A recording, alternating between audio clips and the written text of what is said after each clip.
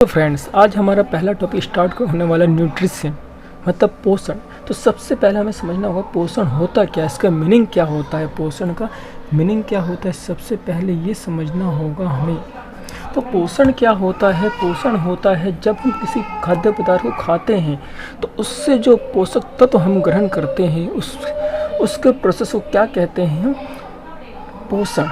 अर्थात हम सिंपल भाषा में कहें तो खाद्य पदार्थों से पोषक तत्वों को ग्रहण करने की प्रक्रिया क्या कहलाएगी? पोषण कहलाएगी। खाद्य पदार्थों से पोषक तत्वों को ग्रहण करने की प्रक्रिया क्या कहलाएगी? पोषण कहलाएगी। इसकी ज़रूरत क्या क्या है हमें? तो मेन क्या है, ज़रूरत क्या क्या है, नीड्स क्या क्या है, इसके हम लेते क्यों हैं पोषक तत्वों को, पोषण की ज़रूरत क्या है हमें? तो सेकंड बात इसके बाद हमें ज़रूरत क्यों है? तो सबसे पहले हमें पोषण की ज़रूरत इसलिए होती है क्योंकि पोषण से क्या हमें एनर्जी मिलती है। एनर्जी मतलब ऊर्जा प्राप्त होती है। फिर दूसरा नंबर, इससे क्या, अगर हम पोषण करते हैं तो हमारे शरीर में क्या होता है? डेवलपमेंट होता है, विकास और वृद्धि होती है, मतलब growth and development.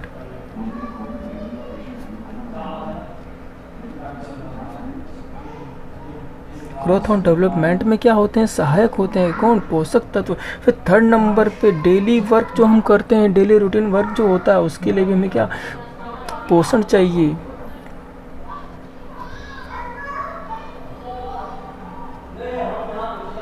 Daily routine work के लिए क्या चाहिए? पोषण चाहिए, अदरवाइज हम वर्क नहीं कर पाएंगे। फिर क्वेश्चन बनता है हमारे पास, जो पोषण होता है कितने प्रकार से होता है? तो ध्यान रखना इसके जो टाइप हैं कितने प्रकार के होते हैं पोषण।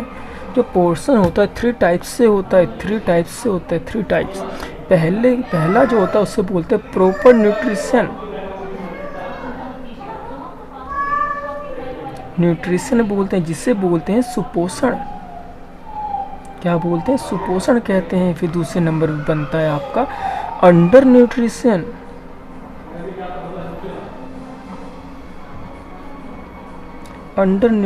जिसे बोलते हैं हम अल्प पोषण। फिर थर्ड नंबर पे आता है मॉल न्यूट्रिशन, जिसे बोलते हैं कुपोषण। अब ये किन स्थितियों में होता है देखते हैं। प्रॉपर न्यूट्रिशन में क्या होता है? एक इंसान है जो घर बैठा है, खाली बैठा है, हाँ कुछ नहीं कर रहा, उसके पास खाने पीने की कोई कमी नहीं है, वो सुबह से शाम तक खाता है, हाँ उसे जो चाहिए, जो प्रोटीन चाहिए, जो विटामिन चाहिए, जो मिनरल्स चाहिए, सब कुछ मिल रहा है खाने को, तो वो क्या है?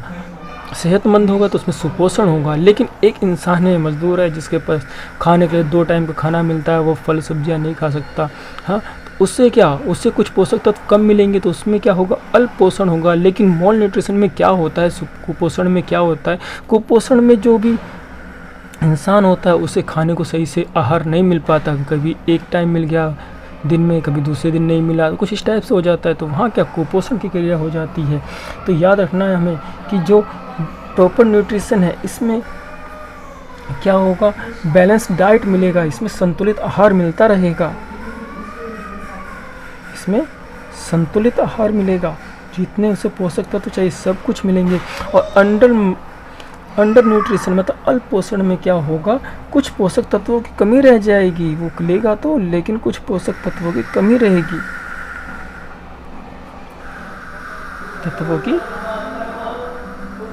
रहेगी, लेकिन जो क्या नाम है कुपोषण है, इसमें लगभग सभी पोषक तत्व कम रहेंगे, सभी पोषक तत्वों की कमी होगी।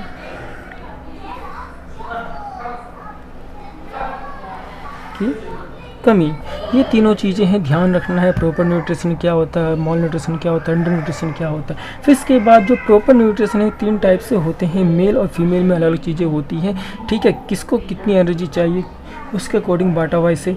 तो देखते हैं, यहाँ पे लिखते हैं हम मेल और यहाँ लिखते हैं फीमेल, और इसे बांटा है हमने टाइप ऑफ वर्क के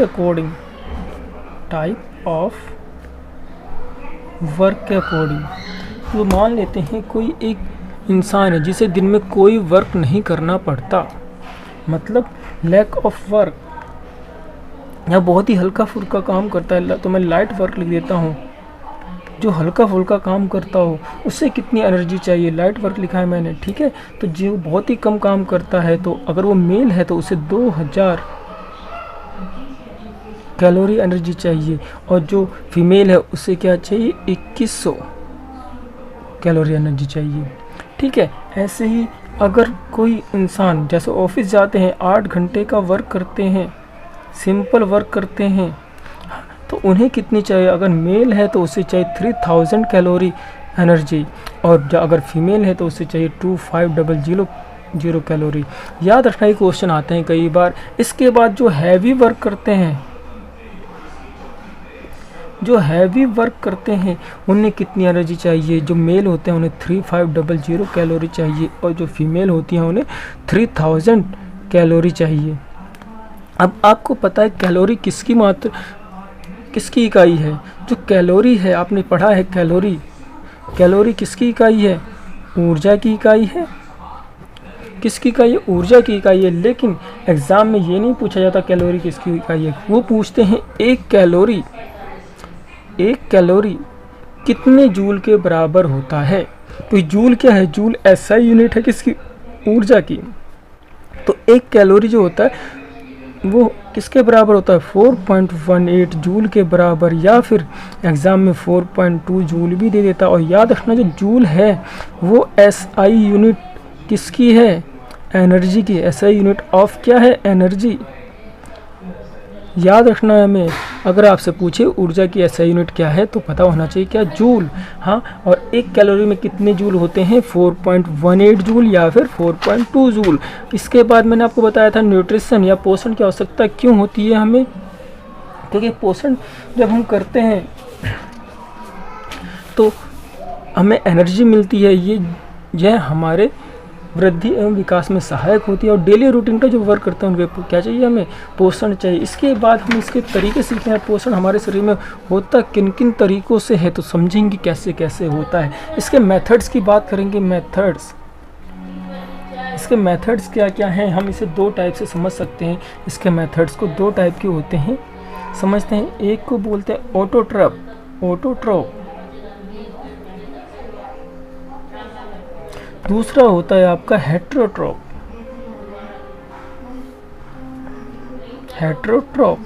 जो ऑटोट्रॉप होते हैं इसे कहते हैं स्वपोषी, और जो हेट्रोट्रॉप होते हैं उन्हें बोलते हैं परपोषी। अब देख, नाम से ही पता है स्वपोषी मतलब जो अपना पोषण स्वयं कर सकते हो, जो अपना खाना स्वयं बना सकते हो। तो ये अपना खाना स्वयं बनाते हैं। याद रखना, जो अपना खाना स्वयं बनाता है वो किस में आते हैं, स्वपोषी में आते हैं। ठीक है, तो इसमें क्या होता है, इनमें फोटोसिंथेसिस की प्रक्रिया होती है, पर प्रकाश संश्लेषण होता है। किन में, जो स्वपोषी होते हैं, क्या होता है, प्रकाश संश्लेषण होता है। हाँ, और जो परपोषी होते हैं इनमें कोई प्रकाश संश्लेषण क्रिया नहीं होती है। हाँ, और जो ऑटोट्रॉप होते हैं ये किस पे डिपेंडेंट होते हैं, स्वयं पर डिपेंडेंट होते हैं, स्वयं अपना खाना बनाते हैं। लेकिन जो परपोषी होते हैं वो किस पर डिपेंडेंट होते हैं, वो दूसरों पर होते हैं डिपेंडेंट। ठीक है, इसके बाद इसके एग्जाम्पल क्या हो सकते हैं ऑटोट्रॉप के, स्वपोषी के। जितने भी प्लांट हैं 99% लगभग, हाँ, जितने भी प्लांट्स किंगडम्स हैं, प्लांट किंगडम जितना भी है वो क्या स्वपोषी में आता है। और जितने भी एनिमल्स किंगडम है,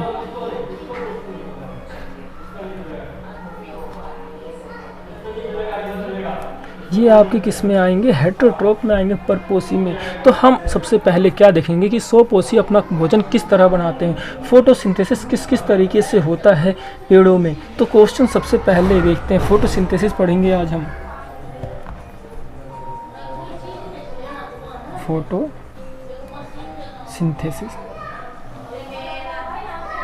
फोटोसिंथेसिस मतलब प्रकाश संश्लेषण।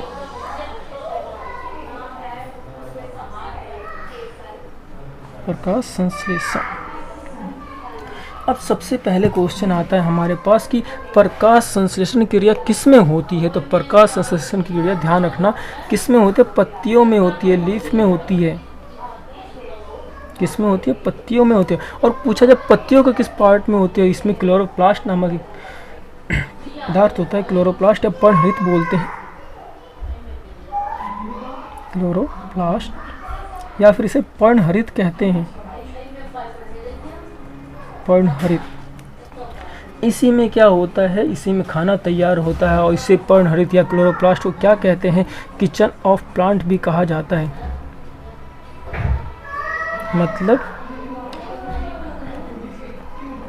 क्या, क्लोरोप्लास्ट को क्या कहते हैं, किचन ऑफ प्लांट्स, मतलब पौधों का रसोई घर किसे कहते हैं, क्लोरोप्लास्ट को कहते हैं। अब क्लोरोप्लास्ट की खोज किसने की थी, क्वेश्चन आता है क्लोरोप्लास्ट की खोज किसने की थी, तो इसकी खोज किसने की थी, सिम्पर ने की थी। याद रखना है, क्लोरोप्लास्ट की खोज किसने की थी, सिम्पर ने की थी। और आपको एक और चीज़ पता होना चाहिए, जो क्लोरोप्लास्ट में आपको पता पत्तियों का रंग हरा होता है, हाँ पता है किसी कारण हरा होता है, क्लोरोफिल के कारण। अब क्वेश्चन बनता है क्लोरोफिल का हरा रंग किस धातु के कारण होता है, हाँ या फिर किस तत्व के कारण होता है। तो याद रखना क्लोरोफिल का हरा रंग,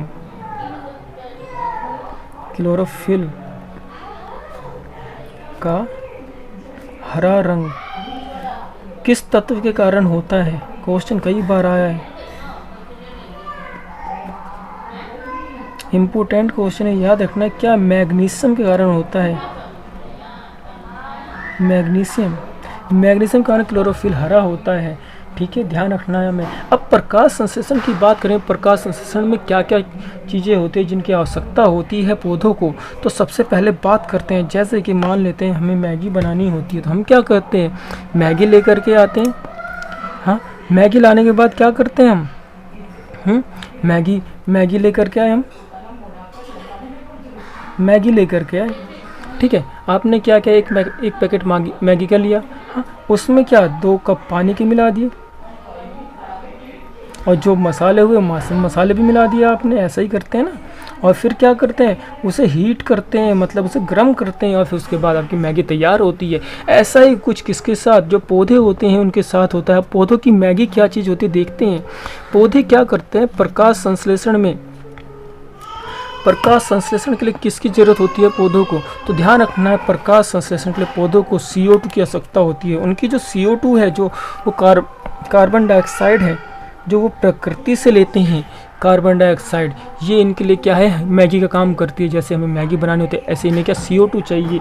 CO2 के बाद इन्हें क्या चाहिए, वाटर और मिनरल्स चाहिए,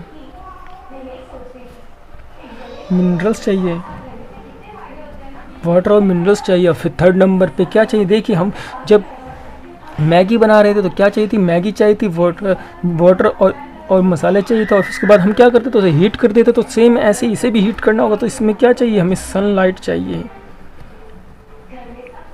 याद रखना, बहुत ही इंपॉर्टेंट है। क्वेश्चन पूछा जाता है प्रकाश संश्लेषण के लिए आवश्यक तत्व क्या है, तो CO2 आवश्यक तत्व है। लेकिन प्रकाश संश्लेषण किसकी उपस्थिति में होता है, प्रकाश की उपस्थिति में होता है, ये ध्यान रखना है। अब ध्यान रखते हैं थोड़ा सा, अब CO2 की बात चल रही तो हम थोड़ी अपनी प्रकृति पे चलते हैं। तो हमारे वातावरण में आपको पता है CO2 की परसेंटेज क्या है, याद रखना है, कई बार क्वेश्चन में आए तो क्या है 0.03%। और नाइट्रोजन की परसेंटेज क्या है, याद रखना है आपको, अभी 78%। तो अब मुझे आप बताओगे कि हमारे वातावरण में ऑक्सीजन की परसेंटेज क्या है, परसेंटेज क्या है किसकी, ऑक्सीजन की कितनी परसेंटेज है, हम कितनी परसेंटेज है, 21%। और जो अदर गैसेज हैं वो बच जाएंगी, ठीक है। ये इंपॉर्टेंट फैक्ट हैं, इनसे क्वेश्चन मिल जाते हैं कभी कभी, तो याद रखना है इसे। इसके बाद नेक्स्ट बात करते हैं CO2 का यूज और भी कहीं किया जाता है। CO2 जो है अग्निशामक यंत्र में प्रयोग करते हैं, अग्निशामक जिससे आग बुझाया जाता है। याद रखना, अग्निशामक में किसका प्रयोग होता है, CO2 गैस का प्रयोग होता है। ऐसे ही सोडा वाटर हो या पेप्सी, कोल्ड ड्रिंक, कुछ भी पीते हैं आप, उसमें जो बुलबुले उठते हैं, क्यों उठते हैं, क्योंकि उसमें CO2 उपस्थित होता है। याद रखना, एग्जाम में कई बार पूछा गया कि सोडा वाटर में कौन सी गैस उपस्थित होती है, तो कौन सी होती है, CO2 गैस उपस्थित होती है। इसके बाद आगे का लेक्चर हम नेक्स्ट टॉपिक में पढ़ेंगे। तो अब पहले देखते हैं क्या है स्वपोषी क्या होते थे, जो अपना खाना स्वयं बनाते थे। और परपोषी जो किस पे डिपेंडेंट होते हैं, वो स्वपोषी पर डिपेंडेंट होते हैं, क्योंकि उनमें प्रकाश संश्लेषण की क्रिया नहीं होती। जो प्लांट किंगडम है वो किसका एग्जाम्पल है, वो किसके हैं, स्वपोषी के एग्जाम्पल है। जो एनिमल किंगडम है वो किसके हैं, परपोषी के हैं। अब क्या है, स्वपोषियों में क्या होता है, फोटोसिंथेसिस होती है। फोटोसिंथेसिस की प्रक्रिया किस में होती है, तो पता होना चाहिए किस में होती है, पत्तियों में होती है। पत्तियों के किस भाग में होती है, तो क्लोरोप्लास्ट या पर्णहरित में होती है। पर्णहरित की खोज किसने की थी? सिम्पर ने की थी। पर्णहरित को एक और नाम से जाना जाता है, किस नाम से जाना जाता है? किचन ऑफ प्लांट्स के नाम से जाना जाता है। फिर एक क्वेश्चन मैंने बताया था, क्या बताया था? क्लोरोफिल का हरा रंग किस कारण होता है, किस तत्व के कारण होता है? तो मैग्नीशियम कारण होता है। फिर उसके बाद हमने कहा कि प्रकाश संश्लेषण के लिए आवश्यक तत्व कौन कौन से हैं? तो याद रखना है, प्रकाश संश्लेषण के लिए आवश्यक तत्व कौन कौन से थे? CO2, जल, खनिज और क्या? सनलाइट। उससे पहले हमने बात की थी पोषण। पोषण होता क्या है? पोषण का अर्थ क्या होता है? पोषण किसे कहते हैं?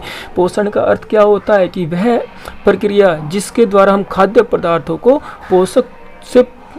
पदार्थों से पोषक तत्वों को ग्रहण करते हैं, उसे क्या कहते हैं? पोषण। और इसकी ज़रूरत क्यों होती थी हमें? किसके लिए? ऊर्जा के लिए, डेली जो हम वर्क करते हैं उसके लिए, ग्रोथ और डेवलपमेंट के लिए। फिर मैंने टाइप बताए थे, इसके टाइप कितने टाइप के होते हैं? ये 3 टाइप के बताए थे, है ना? सुपोषण, अल्पोषण, कुपोषण, है ना? तो इन चीज़ों को याद रखना है। हाँ, इसके अलावा कुछ और भी प्रॉब्लम हो आपकी, आप कमेंट कर सकते हैं। Okay, thank you.